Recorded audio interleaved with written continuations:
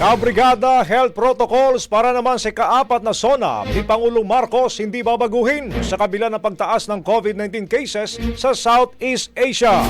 Brigada Haji Caaminio, ibrigada mo! Brigada Live Report. Kinumpirma ni House Secretary General Reginald Velasco na wala pang babaguhin sa umiiral na health protocols para sa ikaapat na State of the Nation Address o SONA ni Pangulong Bongbong Marcos. Ito sa kabila ng pagtaas ng kaso ng COVID-19 sa ilang bansa sa Southeast Asia gaya ng Hong Kong, Singapore, China at Thailand.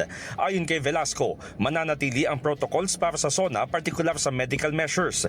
Ngunit nakamonitor niya ang kanilang medical team sa sitwasyon lalo na sa nakalipas na 3 hanggang 4 na linggo. Ipinunta rin ito na bagamat sumipa ang kaso ng COVID-19 abroad, patuloy na bumababa ang infeksyon sa Pilipinas.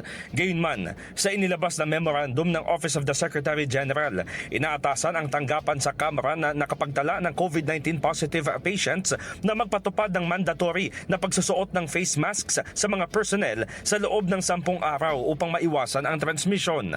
Dapat din na mag-isolate sa tahanan ang pasyenteng tinamaan ng virus sa loob ng 5 araw. Pero ang close contacts ay hindi na kailangang gawin ito.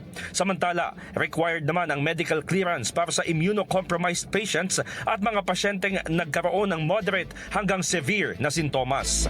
In the heart of changing lives, ako si Brigada Haji Caaminio ng 105.1 Brigada News FM Manila, The Music and News Authority. Rapido, Brigada Balita Nationwide.